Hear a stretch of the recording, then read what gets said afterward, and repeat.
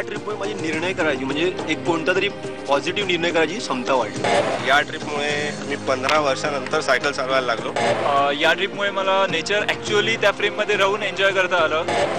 किशोर, या सायकल एक्सपिडिशनमध्ये आम्हाला आमची मेंटल आणि फिजिकल कॅपॅसिटी काय ते समजलं। या एक्सपिडिशनने मला मानसिक समाधान मिळालं। या एक्सपिडिशनमुळे मला अशा अजून अनेक एक्सपिडिशन करण्याची एक सुरुवात मिळाली।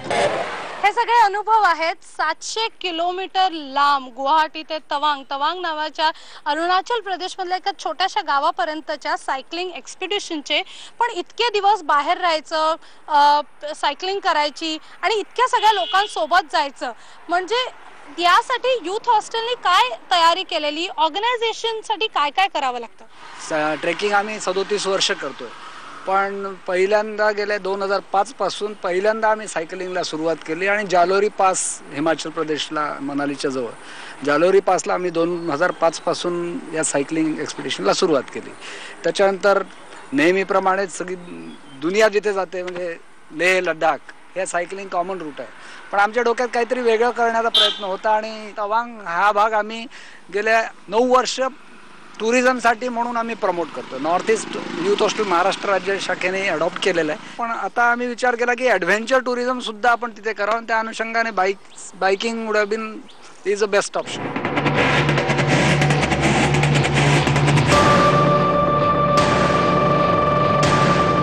या रूटचा, रिजनचा आणि एरियाचा अनुभव होताच कारण आमच्या एक्सपिडिशन्समुळे। मग आम्हाला फक्त वर्कआउट करायला लागलं सायकलिंगच्या हिशोबाने किती पडाव पडतील ते, त्या पडावाला नंतर सपोर्ट टीम काय लागणार आहे। या ठिकाणी हॉटेल्स फार कमी ठिकाणी उपलब्ध आहे, तर त्यामुळे काही ठिकाणी हॉटेल्स आणि काही ठिकाणी आपली सॉफ्ट फूड म्हणजे आपल्याकडून ड्राय राशन आम्ही कॅरी केलं।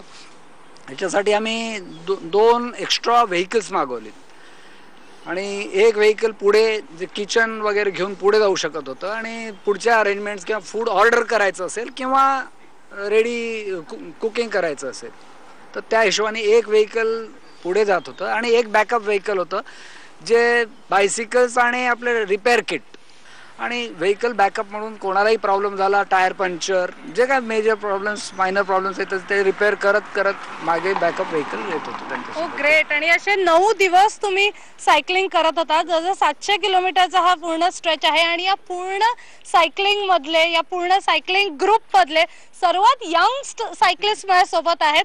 तुमचं वय 53 वर्ष किती? 53। ओके। आणि तुमचा अनुभव कसा होता? आय एम शुअर तुमचा या सगळ्यांपेक्षा खूप वेगळा अनुभव असेल।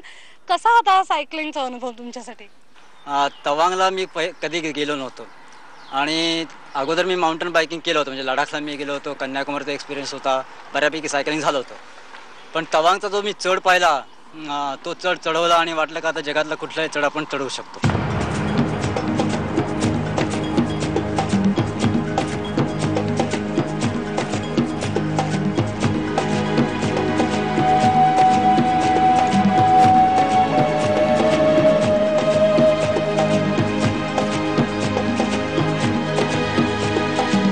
कदाचित तुमच्या ग्रुपमधले असेही काही लोक असतील जे सायकलिंगसाठी नवीन होतं, ज्यांच्यासाठी सायकलिंग करणं हे कम्प्लिटली नवीन एक्सपिरियन्स होता आणि अशा टेरेन्समध्ये सायकलिंग करणं नवीन एक्सपिरियन्स होता। कसं काय त्यांना पण सांभाळावं लागलं का, काय होतं? नाही, बरेच जण केपेबल होते, सक्षम होते। बऱ्याचदा काय व्हायचं, ग्रुप पडायचं म्हणजे मागे पुढे व्हायचं, पण जेव्हा आम्ही पुढे जायचो तेव्हा मागच्यांसाठी थांबायचो आणि ट्रेस करायचो त्यांना, चेअरअप करायचे। बरेच जण सगळ्यांना चेअरअप करायचे, कधीतरी आम्हाला पण जमल्यासारखं वाटायचं, पण एक टीम चांगली जमली होती त्याच्यामुळे शक्य झालं। ओके। आणि सगळी जण यांना काय म्हणायचंय?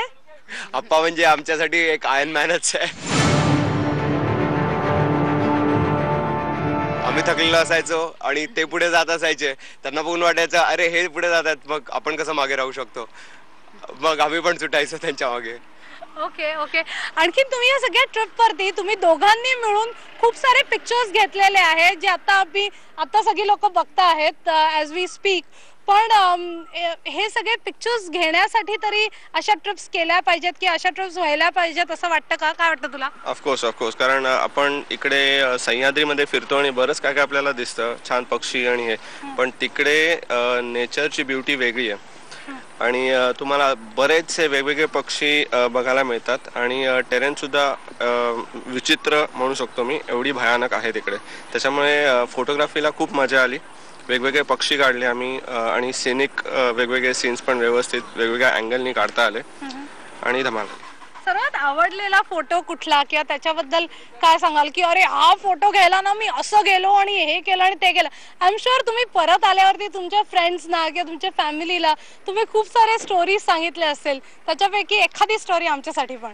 तिकडं सेला पासलाच एक छोटासा लेक आहे त्याच्या, आणि तो ऑलमोस्ट हाफ फ्रोझन होता. त्या हाफ फ्रोझन लेक जवळ जाऊन सायकल्स नेऊन आम्ही जो काढला तिकडे एक फोटो होता, तो आमच्यासाठी बराच स्पेशल आहे. आणि तुझ्यासाठी स्पेशल पिक्चर कुठला आहे? हां, माझ्यासाठी स्पेशल पिक्चर म्हणजे जे सेला पासला मी आधी गेलो होतो, आधी पोचलो होतो, तर आमच्या पाठचे जे कोणी आले त्यांच्या हेल्मेटवरती बर्फ, सायकलवरती बर्फ, खांद्यांवरती बर्फ, असं सगळं बर्फासकट ती माणसं एक एक येत होती आणि ते जे स्नॅप्स काढले ते ऑसम आलेत.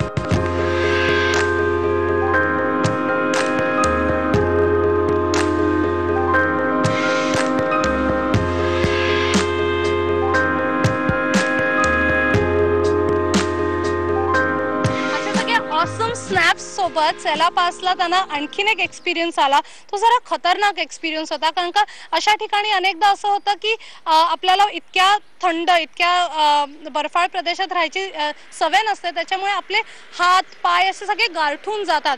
आणि मग काय होतं ते आपण दीप्तीला विचारूया, कारण का तिला हा सगळा अनुभव आलेला होता. आणि दीप्ती, थोडीशी तू पॅनिक पण झालेलीस, काय होता तो अनुभव सांग. डेफिनेटली, बिकॉज मैं काफ़ी सारा डिस्टेंस अकेले साइकिल कर रही थी, और जब हमने शुरू किया था तब आसपास के प्लेसेस ऐसे इतने स्नो कवर्ड नहीं थे, और जैसे जैसे हम लोग साइकिल करते गए सब कुछ वाइट वाइट वाइट दिख रहा था, रास्ते पे स्नो था, और हाथ और पूरे थाइस पे जब स्नो जम रहा था, उसका पानी जब गलता है अंदर तो एक प्रिकिंग पेन होता है, बोन पेन होता है, वो बहुत डिफ़िकल्ट होता है बेयर करना. फिंगर्स ऑलमोस्ट डबल तक स्वोलन हो गए थे, नेल्स पूरे पर्पल कलर हो गए थे, हेलमेट पूरा स्नो था, तो डेफिनेटली ऐसे लग रहा था की सर्वाइव कर पाएंगे की नाही. आणि त्यातनं दीपाने आम्हाला आईस गोला पण दिलं.